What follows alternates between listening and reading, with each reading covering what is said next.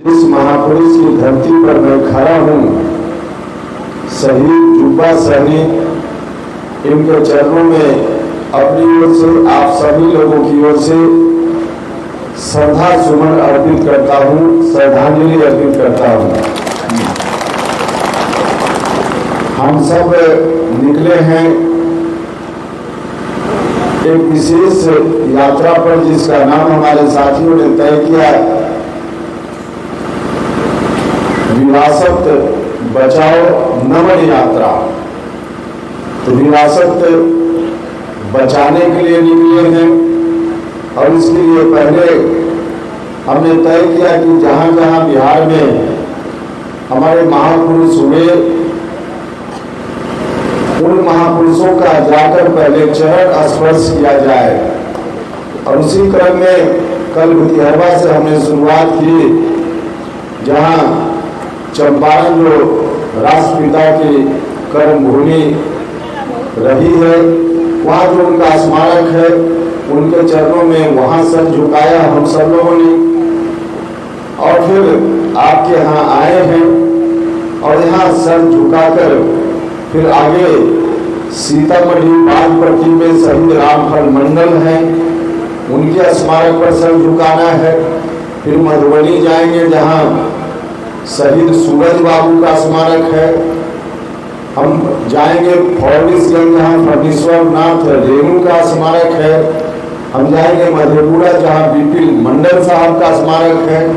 फिर उधर से हम आएंगे कर्पूरी ग्राम समस्तीपुर जहाँ जननायक कर्पूरी ठाकुर जी का स्मारक है। और उसी तरह से फिर उस पार गंगा के उस पार वहाँ भी हम जाएंगे। हाँ, बगल में छपरा जाएंगे जहाँ स्वर्गीय जगन्नाथ चौधरी जी का स्मारक है। फिर हम शिवाग जाएंगे जहाँ नौजवान छात्र नेता बहुत कम उम्र में जिनकी हत्या हो गई, शहीद चंद्रशेखर, उनके गांव में जाएंगे, वहाँ भी उनका स्मरण करेंगे। और फिर यात्रा के क्रम में दूसरे चरण में हम जाएंगे नालंदा, जहाँ गुरु सहाय बाबू का उनका चरण स्पर्श करेंगे।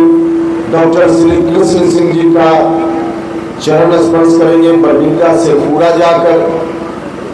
फिर हम भोजपुर जाएंगे बाबू कुंवर सिंह जी का, बाबू जगजीवन राम जी का। और फिर कुर्था हम आएंगे जहाँ शहीद जगदेव बाबू का चरण स्पर्श करेंगे। तो इस तरह से कार्यक्रम हमारा निर्धारित है। आज सुबह हम चले मोतिहारी से, हमको काफी पहले यहाँ पहुँचना चाहिए था, लेकिन रास्ते में इतनी जगह वहाँ के लोगों ने रोका, जगह जगह पे। स्वाभाविक रूप से थोड़ा समय देना ही पड़ता है, लोग इंतजार में होते हैं, तो उन्हीं जगहों पर समय देना पड़ा, रुकना पड़ा। कार्यक्रम में जो निर्धारित था उसके अतिरिक्त इसके चलते यहाँ तक पहुँचने में विलम्ब हुआ, सब साथियों को इंतजार करना पड़ा। तो इसके लिए मैं क्षमा चाहता हूँ। भाइयों और मित्रों, हम जब याद करते हैं जुब्बा सहनी और इस तरह के जो महापुरुष हुए, तो इनकी जो कुर्बानी थी वह भी हमको याद होती है। ऐसे लोग नहीं होते तो शायद हिंदुस्तान को आज़ादी मिली उसमें बहुत विलम्ब होता। इन लोगों के चलते आज़ादी मिली और हम आज़ाद हुए। तो आज हमारा कर्तव्य बनता है, धर्म बनता है कि समय समय पर हम इनको याद करते रहें, इससे प्रेरणा हमको मिलती है। तो इसलिए हमने अपने कार्यक्रम की शुरुआत में इस क्रम में हमने तय किया कि हम सब जगह जाकर सर झुकाएंगे। भाइयों और मित्रों, जब हम आज चर्चा कर रहे हैं यहाँ खड़ा होकर, तो मुझको वह दिन भी याद आता है समता पार्टी के शुरुआत का दौर।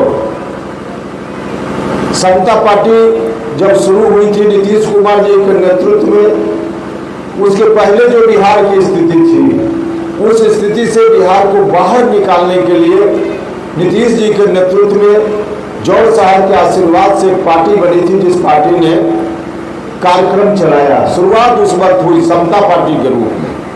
समता पार्टी की जब शुरुआत हुई थी, आपको याद होगा, बिहार भर के लोगों को याद होगा कि शुरुआत में लव कुश संगठन, लव कुश सम्मेलन करते थे और उस रूप में एक नींव डाली गई लव कुश सम्मेलन करके, और धीरे धीरे जब बात आगे बढ़ी तो लव कुश के अलावा समाज के किस वर्ग ने आगे बढ़कर ताकत दी नीतीश जी को? लव कुश के बाद अगर आगे बढ़कर सबसे ज्यादा ताकत शुरुआती दौर में देने का काम समाज के किसी वर्ग ने किया तो उस वर्ग का नाम था अति पिछड़ा समाज। अति पिछड़ा समाज के लोगों ने ताकत दी, लव कुश समाज के लोग इकट्ठा हुए, अति पिछड़ा समाज के लोग इकट्ठा हुए, और तब जाकर बात धीरे धीरे बढ़ी। बाद में चलकर दलित महादलित समाज के लोगों ने भी साथ दिया, अल्पसंख्यक जमात के लोगों ने भी साथ दिया, सवर्ण जमात के भी लोगों ने बड़ी संख्या में, जो सामाजिक न्याय पसंद लोग हैं, उन लोगों ने भी साथ दिया, और सत्ता में परिवर्तन हुआ। नीतीश कुमार जी गद्दी पर बैठे, लेकिन शुरुआती दौर में जिसने ताकत दी, आज दुर्भाग्य इस बात का है कि नीतीश जी अब राजनीति के अंतिम पड़ाव पर हैं, लास्ट इनिंग खेल रहे हैं। यहाँ आकर नीतीश जी ने उन वर्गों को याद नहीं रखा जिन वर्ग के लोगों ने शुरुआती दौर में इनको ताकत देने का काम किया। अगर नीतीश जी याद रखते, वास्तव में अभी ठाकुर धर्मेंद्र जी याद दिला रहे थे कि यहाँ आकर उन्होंने भी सर झुकाया था 2005 में सरकार बनी, उससे पहले अगर अति पिछड़ा समाज के लोगों को उन्होंने याद रखा होता, लव कुश समाज के लोगों ने जिन्होंने शुरू में ताकत दी उनको याद रखा होता, तो उपेंद्र कुशवाहा का चेहरा नहीं पसंद था, कोई बात नहीं, कोई अति पिछड़ा समाज में से ही किसी को अगर उन्होंने अपने बाद के लिए तैयार कर लिया होता तो उपेंद्र कुशवाहा को कोई कठिनाई नहीं, लेकिन नहीं किया। क्या कर रहे हैं? आज जब बारी आई है अंतिम इनिंग के बाद उनको तय करना है कि किसके हाथ में बिहार जाए, तो बड़ी मेहनत के बाद, कुर्बानी के बाद जिस तूफान से किश्ती को निकाल कर लाने का काम हुआ था, उस किश्ती को फिर से नीतीश जी उसी तूफान में डालने की बात करने लगे, उसी तरफ देने की बात करने लगे। भाई और मित्रों, अगर उस तरफ बिहार चला गया तो सब लोगों की कुर्बानी बेकार चली जाएगी। क्या स्थिति थी 2005 के पहले? क्या स्थिति थी? लोगों का चलना दूभर हो गया था, महिलाएं घर में बैठी रहती थी, बच्चा स्कूल जाता था, चिंता में रहती थी कि शाम तक वापस लौट कर आएगा कि नहीं लौट कर आएगा। घर में माता बैठकर चिंता करते रहती थी। व्यापारी वर्ग के लोग बिहार छोड़कर बाहर भाग रहे थे, अपना काम धंधा बंद करके बाहर जा रहे थे। बिहार अराजकता के माहौल में चला गया था, आतंक के माहौल में चला गया था, चारों तरफ से बर्बादी का मंजर दिख रहा था। वह जो बर्बादी का मंजर था, खौफनाक मंजर, दुर्भाग्य इस बात का है कि उस मंजर से निकाल कर लाने के लिए बिहार के लोगों ने नीतीश जी को ताकत दी, लेकिन आज नीतीश जी फिर से बिहार को ही सौंपने की बात करने लगे हैं। हमने तय किया, हमारे साथियों ने तय किया है कि हम लोग चाहे जितनी कठिनाई का सामना करना पड़े हम करेंगे, लेकिन बिहार को 2005 के पहले वाली स्थिति में नहीं जाने देंगे हम लोग, यह हम लोगों ने तय किया। हमने पहले प्रयास किया पार्टी में रहकर, जनता दल यूनाइटेड में हमने कोशिश की कि नीतीश कुमार जी गलत रास्ते पर जा रहे हैं, उनको रोका जा सके। हमने प्रयास किया, लेकिन नीतीश कुमार जी पता नहीं उनको क्या हो गया, उन्होंने जिद ठान ली है कि हम नहीं रुकेंगे, उसी तरफ जाएंगे ही। तब हम लोगों ने कहा कि नहीं, अब ऐसे नहीं होगा, आपको जो भी निर्णय लेना हो लीजिए, लेकिन बिहार को हम बर्बाद होते हुए नहीं देख सकते। हम चाहते तो मुझको कोई कठिनाई नहीं थी। आज राजनीति में अधिकांश लोग आते हैं, कोशिश करते हैं कि किसी तरह से सदन के अंदर उनको जगह मिल जाए, एमएलए बन जाए, एमपी बन जाए, एमएलसी बन जाए। इसके लिए अधिकांश लोग राजनीति करते हैं। वहां जाकर हम भी चाहते तो आराम से ठंडा घर में हम भी रह सकते थे, हम भी वहां सुख सुविधा सत्ता का भोग सकते थे। अभी तो 4 साल बचा हुआ मेरा था विधान परिषद की सदस्यता का, हम चाहते तो आराम से वहां रह सकते थे, हमको क्या गरज पड़ा हुआ था। लेकिन मुझको लगा कि आराम से सत्ता की कुर्सी पर बनकर रहा जाए, इसके लिए राजनीति नहीं होती है। जिस सत्ता की कुर्सी से जनता को न्याय देना दिलाना संभव न हो, उस कुर्सी को लात मार देने का काम करना चाहिए। हमने अपने पूर्वजों से यही सीखा है और यह पहली बार नहीं है, पहली बार नहीं। राज्यसभा की सदस्यता हमने छोड़ी, उस वक्त भी 3 साल का समय बचा हुआ। हमने भारत सरकार की मंत्रिपरिषद की सदस्यता छोड़ी, किसी ने हमको हटाया नहीं था। लोग मेरे ऊपर आरोप लगाते हैं, उपेंद्र कुशवाहा बार बार इधर से उधर हो जाते हैं। भाइयों और मित्रों, ठीक बात है, मैं स्वीकार करता हूं, लेकिन उपेंद्र कुशवाहा इधर से उधर होता है वो अपनी कुर्सी बचाने के लिए नहीं होता है।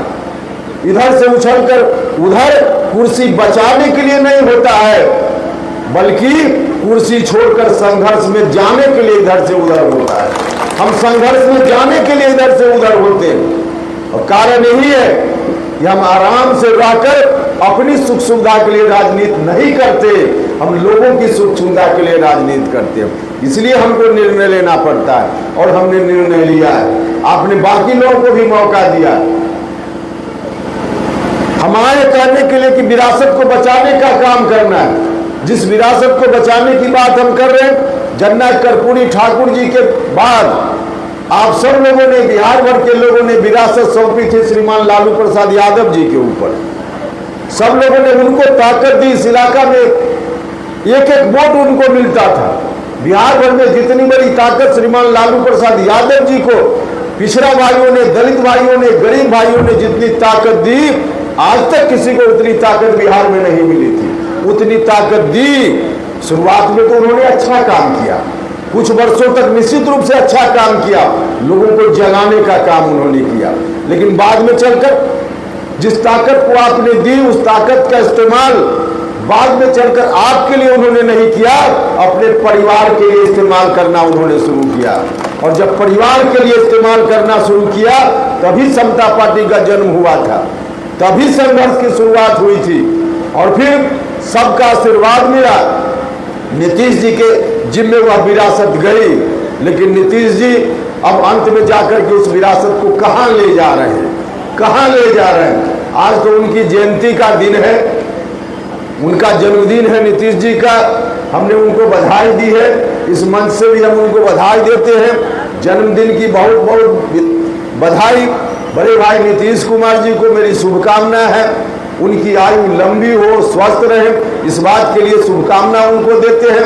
तो एक तरफ हम लोग व्यक्तिगत रूप से उनका आदर करते हैं, उनको शुभकामना देते हैं, लेकिन उनका जो राजनीतिक कदम है, उस राजनीतिक कदम को हम आगे नहीं बढ़ने देंगे। इस बात का संकल्प इस जुब्बा सहनी जी की धरती से भी लेते हैं। और उनके जो साथ लोग हैं, उनके साथ लोग हैं, हम तो चाहते थे कि भारत के प्रधानमंत्री की कुर्सी की तरफ नीतीश जी बढ़े। हमने पहली बार कहा था उस वक्त कि प्राइम मिनिस्टर मटेरियल है नीतीश जी, उस समय किसी ने नहीं कहा था, तब हमने कहा था। लेकिन जिस तरह से नीतीश जी करने लगे, अपना अधिकार ही खिसका लिया, जो भी उनका आधार था वही खिसक गया। कहां चले गए नीतीश जी, कहां चले गए नीतीश जी। तो बड़ा अवसर था उनके सामने प्रधानमंत्री बनने का, उस अवसर को भी नीतीश जी ने खो दिया है। अब तो कुछ उनके हाथ में बचा ही नहीं, जो था सब सुपुर्द कर दिया राष्ट्रीय जनता दल के हाथ में। राष्ट्रीय जनता दल के हाथ में हम लोग नहीं जाने देना चाहते, इसलिए हम आपके बीच आए हैं। और आज आप लोगों ने देखा हो, पहले तो कोई एक आध विधायक बोलता था आरजेडी का कि जल्दी खाली कीजिए, जाइए। आरजेडी के विधायक लगभग रोज बोलते रहे कि अब जल्दी खाली कीजिए और राष्ट्रीय जनता दल के हाथ में कुर्सीवा सौंप दीजिए। और आज तो हद हो गया, जब बिहार विधानसभा के अध्यक्ष जी, राष्ट्रीय जनता दल के नेता, विधानसभा के अध्यक्ष, उन्होंने उस कुर्सी पर बैठकर कहा कि अब दिल्ली जाइए, यहाँ क्या कर रहे हैं आप। आज उन्होंने जन्मदिन की बधाई देते हुए कहा कि अब दिल्ली जाइए, अब बिहार में क्या कर रहे हैं। तो बिहार से धकियाने में वो लोग लगे हुए हैं। अब जहां गए हैं वहां तो यही दुर्गति होनी थी। हम लोगों को दया भी आती है कभी कभी देखकर कि क्या कर लिया नीतीश जी आपने, लेकिन खैर उनकी मर्जी। अब नहीं माने, जब नहीं माने तो हम लोग रास्ते पर निकल पड़े। हमने ठंडा घर को छोड़कर सड़क का चुनाव किया है, सदन से छोड़कर हम सड़क पर आए हैं।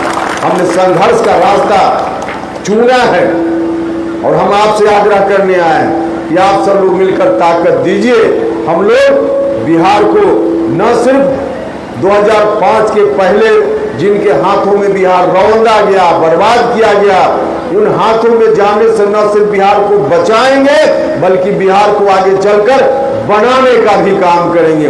बचाना भी है और बनाना भी है बिहार को। इसलिए आइए आप सब लोग मिलकर ताकत दीजिए। भाइयों और मित्रों, ताकत मिलेगी तो बिहार बचेगा भी और बनेगा भी। इसलिए आप सब लोगों से आग्रह है कि चाहे जिस जात के लोग हों, जिस धर्म के लोग हों, सब लोगों से आग्रह है कि सब लोग मिलकर ताकत दीजिए। जो बिहार बनेगा वह बिहार किसी के परिवार की भलाई के लिए काम नहीं आएगा, बल्कि तमाम जात धर्म के लोगों को उचित हिस्सेदारी मिले। चाहे दलित महादलित समाज के लोग हों, पिछड़ा के पिछड़ा समाज के लोग हों, अक़लियत जमात के लोग हों या सवर्ण जात के भी जो न्याय पसंद लोग हैं, सबको जितनी हिस्सेदारी होगी उतनी हिस्सेदारी सबको मिले, ऐसा बिहार बनेगा। तो आइए आप सब लोगों से ही आग्रह करने के लिए आए हैं कि सब लोग मिलकर ताकत दीजिए। आगे आने वाले दिनों में निश्चित रूप से कारवां आगे बढ़ेगा और जिस मिशन को हम लोग लेकर निकल पड़े हैं उसमें जरूर सफलता मिलेगी। इस विश्वास के साथ फिर से मैं जुब्बा साहनी साहब के चरणों में श्रद्धा सुमन अर्पित करता हूं और धन्यवाद देता हूं उमेश साहनी जी को भी। इन्होंने अपनी जमीन का दान किया, इन्होंने जमीन का दान किया और इनके चलते स्मारक बना कि हम लोग आज इस स्मारक पर आकर के इनके सामने सर झुकाने के काबिल हैं।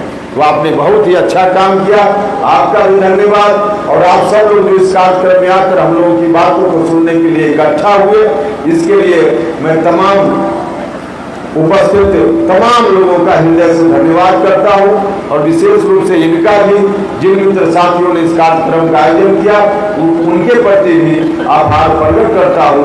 और इन्हीं शब्दों के साथ समय काफी हो गया है, अभी दिन का भोजन करना बाकी है, तो दिन का भोजन शाम में अभी करेंगे और फिर सीतामढ़ी की ओर भी प्रस्थान करना है। आप सभी का बहुत बहुत धन्यवाद।